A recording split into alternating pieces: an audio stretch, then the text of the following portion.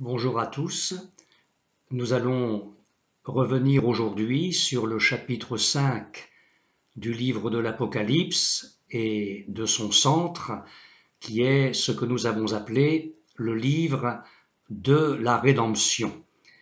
J'aimerais aujourd'hui revenir sur quelques détails de ce chapitre 5 pour vous parler de l'autorité de Jésus-Christ sur les événements mondiaux à venir. La parole de Dieu, dans ce chapitre 5 de l'Apocalypse, nous parle donc de ce fameux livre et elle précise qu'il était écrit en dedans et en dehors. Et j'aimerais relire le verset 1er du chapitre 5 de l'Apocalypse. Puis, écrit Jean, je vis dans la main droite de celui qui était assis sur le trône un livre écrit en dedans et en dehors. Ce livre auquel fait allusion l'apôtre Jean n'est pas un livre comme les nôtres, relié comme nous le savons par l'usage que nous faisons de nos lectures multiples. Mais ce livre était une longue bande de parchemin s'enroulant autour de 2 baguettes. Et les rouleaux de ces manuscrits étaient le plus souvent écrits en dedans et en dehors. Parce qu'il faut savoir que à l'époque, le matériel était fort coûteux et il convenait de l'utiliser au maximum. D'ailleurs, de nombreux documents antiques rédigés sur la face intérieure et extérieure du rouleau sont exposés aujourd'hui dans certains musées dans le monde. Nous avons, entre autres, un exemple de tel manuscrit, d'un tel rouleau dans la parole de Dieu. Le livre du prophète Ézéchiel nous y fait allusion au chapitre 2, les versets 9 et 10, je vous les lis. Le prophète dit, « Je regardais, et voici une main était étendue vers moi, et elle tenait un livre en rouleau. Il le déploya devant moi, et il était écrit en dedans et en dehors. » Une autre précision concernant le livre de la rédemption dans le chapitre 5 de l'Apocalypse. Non seulement la parole de Dieu précise qu'il était écrit en dedans et en dehors, mais elle insiste beaucoup sur le fait qu'il était scellé de 7 sceaux. Et l'Écriture y revient à plusieurs reprises. Je relis le verset 1er. Puis je vis dans la main droite de celui qui était assis sur le trône un livre écrit en dedans et en dehors, scellé de 7 sceaux. Je poursuis la lecture au verset 2. Et je vis un ange puissant qui criait d'une voix forte, « Qui est digne d'ouvrir le livre et d'en rompre les sceaux ?» Je lis maintenant au verset 5. Et l'un des anciens me dit, « Ne pleure point. Voici le lion de la tribu de Juda, le rejeton de David, a vaincu pour ouvrir le livre et ses 7 sceaux. » Et puis, au verset 9, alors qu'il est fait allusion aux 4 êtres vivants et aux 24 anciens qui se prosternent devant l'agneau, la parole de Dieu ajoute « Et il chantait un cantique nouveau en disant « Tu es digne de prendre le livre et d'en ouvrir les sceaux. »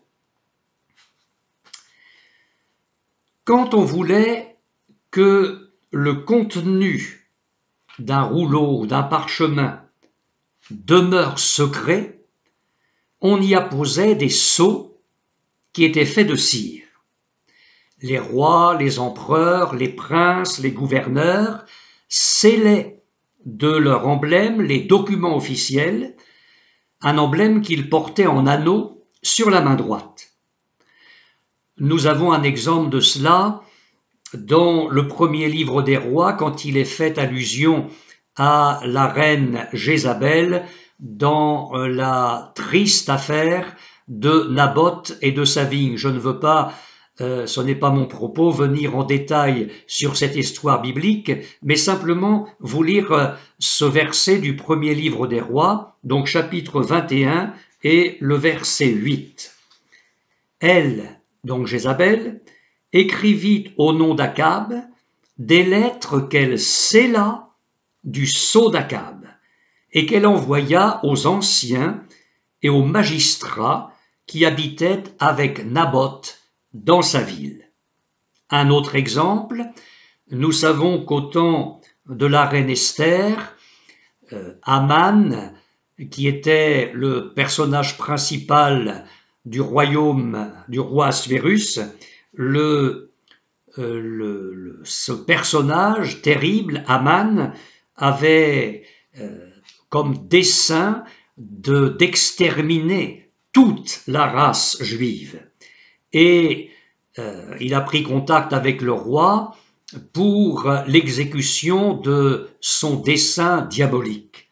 Et je lis dans le livre d'Esther au chapitre 3 les versets 10 et 12, « Le roi ôta son anneau de la main et le remit à Haman l'Agagite, ennemi des Juifs.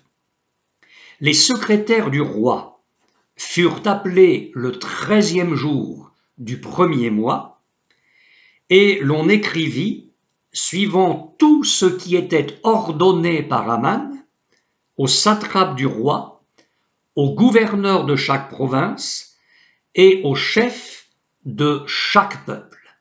Et la parole de Dieu précise, ce fut au nom du roi Assuérus que l'on écrivit et on scella avec l'anneau du roi.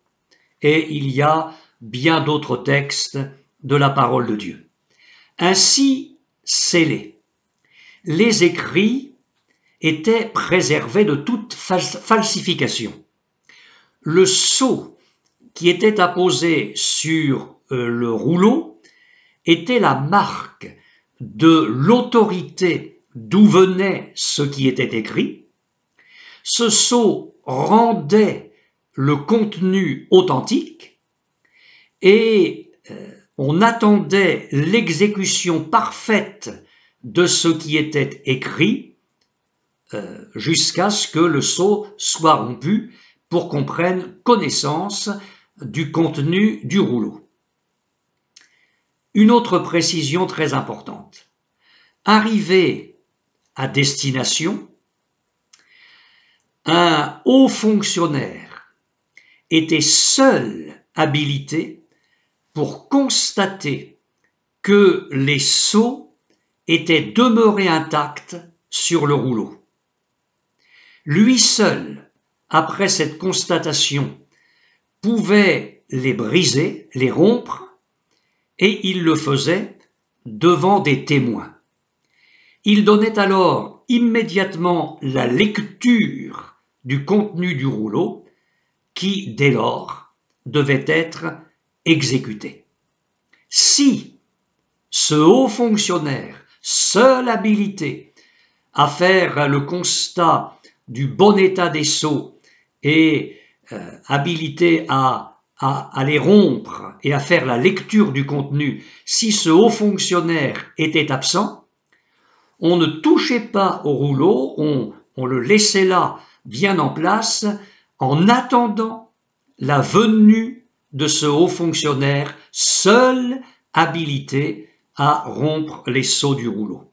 Si je me permets de vous donner tous ces détails historiques, c'est qu'ils sont très importants pour comprendre la suite des événements qui se déroulent sous les yeux de l'apôtre Jean dans ce chapitre de l'Apocalypse.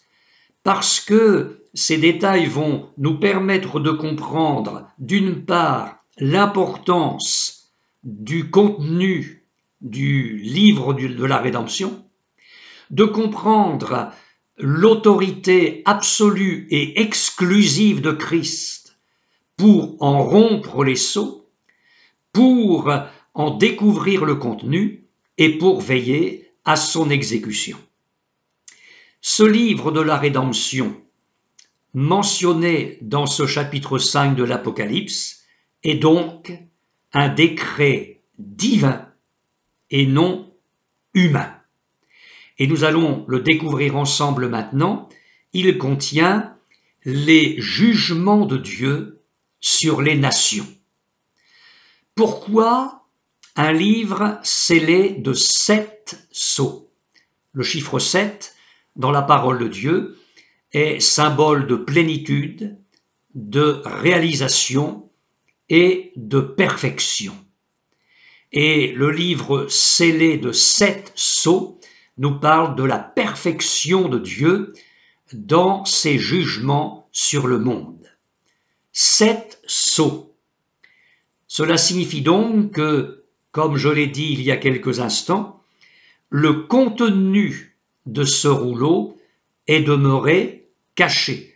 C'est un secret absolu et bien gardé. Personne, jusque-là, n'en a eu connaissance.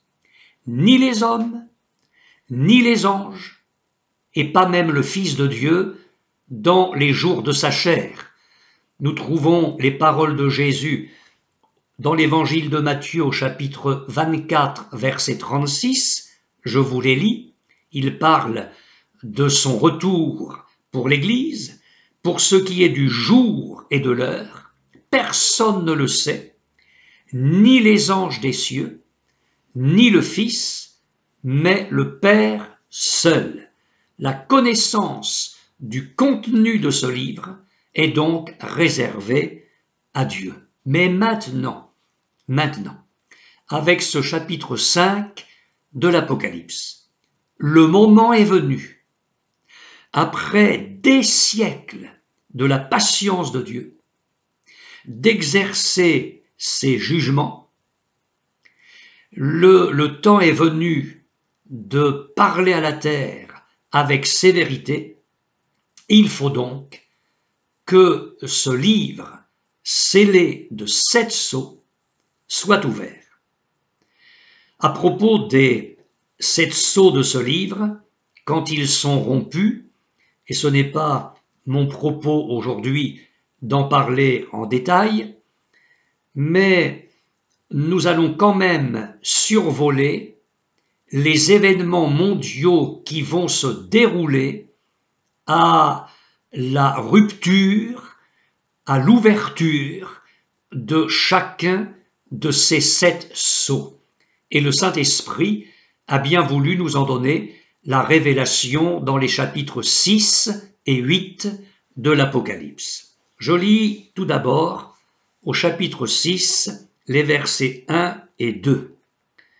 Je regardais, écrit Jean, quand l'agneau ouvrit un des 7 sceaux.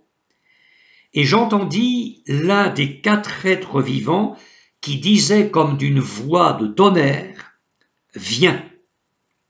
Je regardai, et voici parut un cheval blanc. Celui qui le montait avait un arc, une couronne lui fut donnée, et il partit en vainqueur et pour vaincre. Il ne faut surtout pas voir dans ce personnage qui monte le cheval blanc une image de Christ.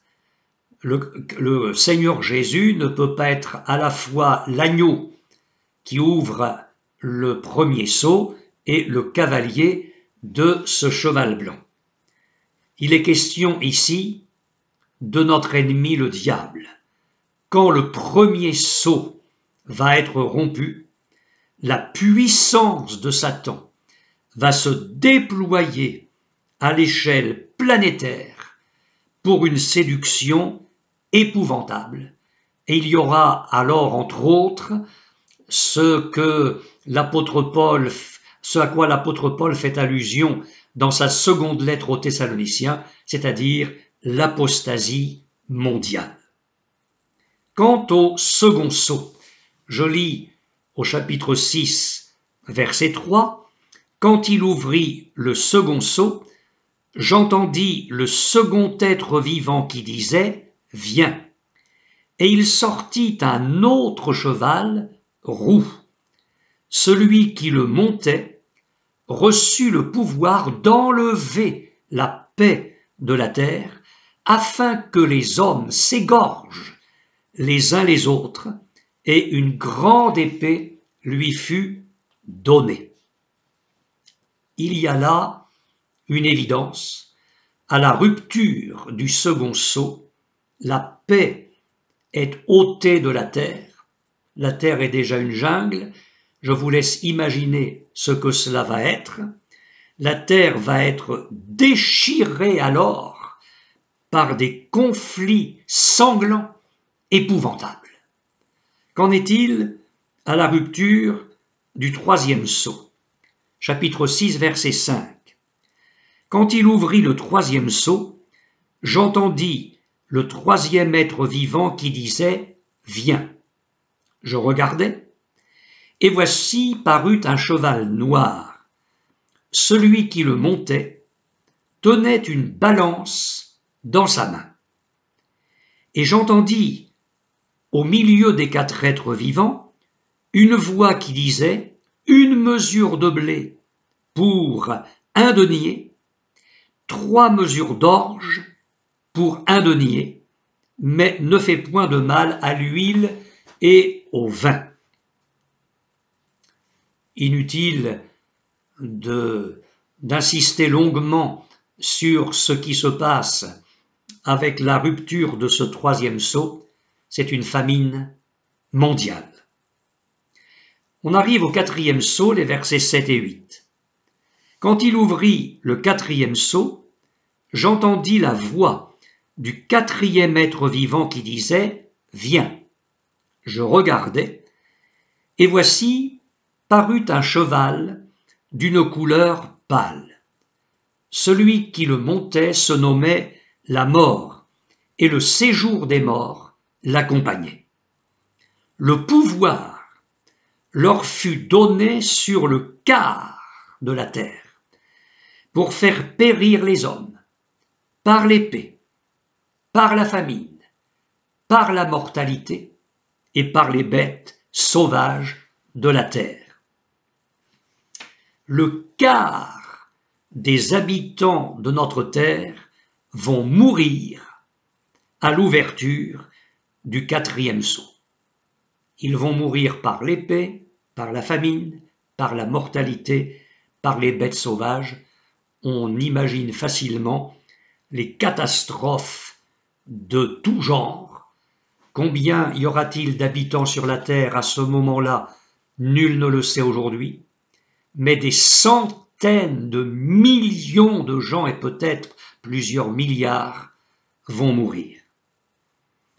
Nous en arrivons au cinquième sceau, au chapitre 6, les versets 9 à 11.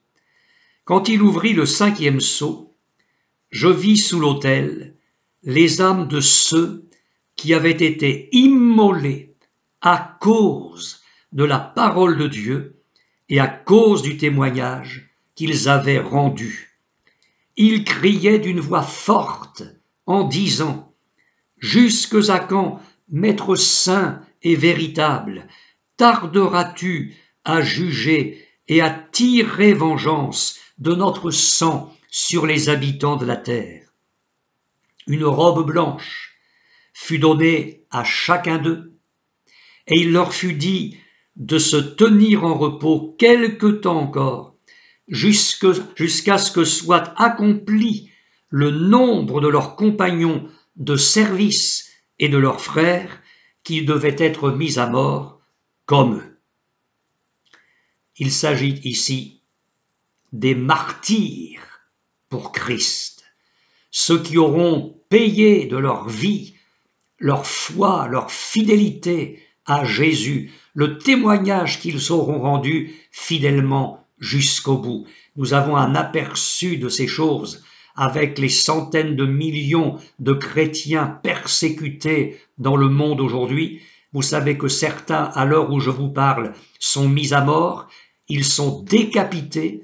Il y a là un accomplissement à la lettre de la prophétie biblique. Ils sont décapités pour rester fidèles au Seigneur Jésus.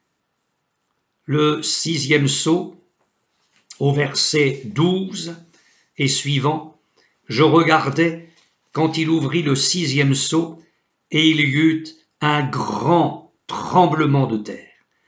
Le soleil devint noir comme un sac de crin, la lune entière devint comme du sang, et les étoiles tombèrent sur la terre, comme lorsqu'un figuier, secoué par un vent violent, jette ses figues vertes. Le ciel se retira comme un livre qu'on roule, et toutes les montagnes et les îles furent remuées de leur place. Les rois de la terre, les grands, les chefs militaires, les riches, les puissants, tous les esclaves et les hommes libres se cachèrent dans les cavernes et les rochers des montagnes. Et ils disaient aux montagnes et aux rochers, tombez sur nous et cachez-nous devant la face de celui qui est assis sur le trône et devant la colère de l'agneau, car le grand jour de sa colère est venu, et qui peut subsister? Il y a là la description d'une période de panique universelle qui viendra sur notre terre. Un grand tremblement de terre, le soleil obscurci, la lune changée en sang, les étoiles tombant du ciel, le ciel roulé comme un livre. Imaginez les montagnes et les îles remuées de leur place. Mais que va-t-il se passer pour qu'il y ait une telle cassure, un tel bouleversement sur notre planète? Je l'ai lu, la parole de Dieu fait allusion à la terreur qui va s'emparer des chefs des gouvernements, des grands, des chefs militaires, des riches, des puissants, des opprimés, des gens libres, toute cette population mondiale en proie alors à la colère de l'agneau. Et j'en arrive au huitième sceau qui va être rompu, et je lis au chapitre 8, verset 1er de l'Apocalypse. Quand l'agneau, ouvrit le 7e sceau, il y eut un silence d'environ une demi-heure. Un silence d'environ une demi-heure. Mais qu'est-ce que cela signifie pour un Dieu qui est hors du temps? Une demi-heure pour nous, c'est 30 minutes. Mais que signifie dans le langage divin, dans le langage prophétique, dans le langage apocalyptique, une demi-heure à l'échelle d'un Dieu qui, encore une fois, est hors du temps? C'est en tout cas le calme avant l'orage. C'est-à-dire que les événements semblent s'arrêter, et comme des secondes terribles de silence dans une cour d'assises, en attendant le verdict qui va tomber sur le coupable, il y a là comme l'attente de ce qui va surgir encore pour la terre, comme si tout ce qui venait d'arriver n'était pas suffisant. Vous lirez la suite de ce chapitre 8 dans votre lecture quotidienne des Écritures, mais vous découvrirez qu'après ce silence d'environ une demi-heure, 7 trompettes vont retentir. On a encore le chiffre 7. 7 trompettes vont retentir, annonçant, et on se demande si c'est possible, des fléaux plus terribles encore. Dieu a patienté mais on ne se moque pas de Dieu impunément, on ne blasphème pas le nom de Dieu impunément. Il y a un temps où Dieu exerce sa sévérité. J'ai presque terminé mon entretien avec vous pour aujourd'hui, mais j'insiste encore sur le fait que c'est Christ, notre Seigneur et Sauveur Jésus, qui rompt les sceaux. Pour revenir à ce que je disais au début de ma méditation, à propos du haut fonctionnaire seul habilité à rompre les sceaux d'un manuscrit, notre Seigneur Jésus est le seul, je mets le mot entre guillemets, haut fonctionnaire, le seul personnage habilité pour constater l'authenticité du manuscrit, si j'ose dire, seul habilité à en rompre les sceaux et à veiller à son exécution. Mais qu'est-ce que le Saint-Esprit veut nous dire ici? Il nous invite à tourner les regards de notre foi vers les droits de Christ sur notre planète Terre. Le Saint-Esprit oriente notre foi vers l'autorité absolue du Seigneur Jésus. Bien peu nombreux sont ceux qui aujourd'hui ont conscience de l'autorité de Christ sur les événements mondiaux. Nous vivons déjà à cette heure, à l'échelle planétaire, un événement mondial terrible, mais le pire est à venir. Le pire est devant l'humanité, et il faut que nous, chrétiens, nous gardions intacte notre foi. Il faut que notre foi demeure ferme et inébranlable.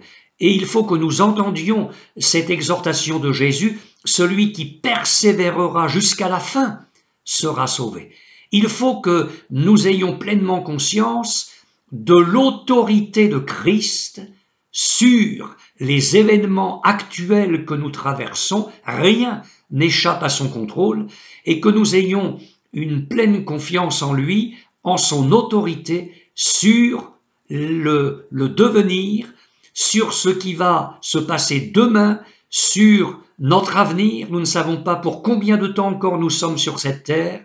Nous aurons peut-être des choses terribles à traverser avec son soutien et sa grâce. Il est possible que Jésus revienne dans quelques instants, nous n'en savons rien, mais si il faut aller vers demain, et que ce demain est encore terrifiant, nous pourrons placer notre pleine confiance dans un Christ qui a autorité et pleine autorité sur les événements mondiaux. Si peu de gens ont conscience de cette autorité de Christ, c'est parce que le monde entier est sous la puissance du malin. Vous vous souvenez de ce que l'apôtre Jean écrit dans sa première lettre au chapitre 5, verset 19 ? Nous savons que nous sommes de Dieu et que le monde entier gît dans le malin. Combien notre Seigneur Jésus est grand et puissant. Et nous devons commencer chacune de nos journées avec cette pensée-là. Et nous coucher chaque soir avec cette pensée-là. Notre Jésus est puissant, souverain. Il a une pleine autorité. Vous vous souvenez de ce qu'il a dit juste avant de remonter au ciel ?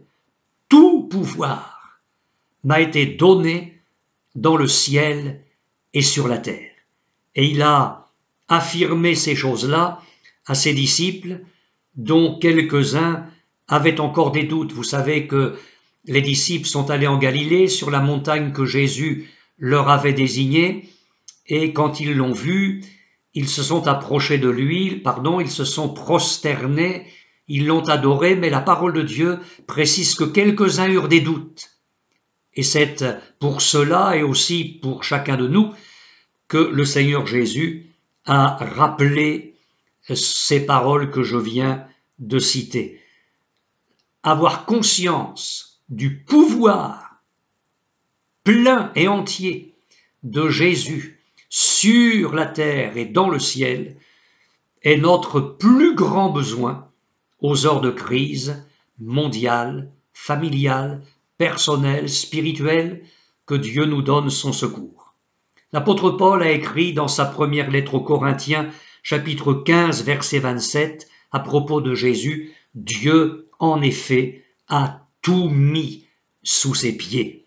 L'apôtre Pierre, pour sa part, rappelle au chapitre 3 de sa première lettre, verset 22, à propos de Jésus, qui est à la droite de Dieu, depuis qu'il est allé au ciel, et que les anges, les autorités et les puissances lui ont été soumis. Et puis, nous avons en mémoire ce que l'apôtre Paul écrit dans sa lettre aux Éphésiens, au chapitre 1er, les versets 20 et suivants. Dieu a déployé sa force en Christ, en le ressuscitant des morts, et en le faisant asseoir à sa droite, au-dessus de toute autorité, de toute puissance, de toute dignité, de tout nom qui se peut nommer non seulement dans le siècle présent, mais encore dans le siècle à venir.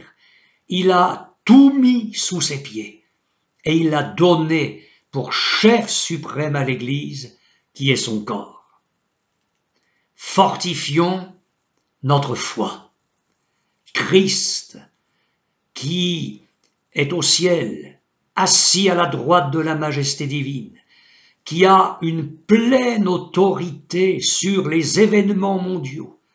Ce Christ-là doit rester notre consolation suprême. Il doit rester notre espérance présente et éternelle.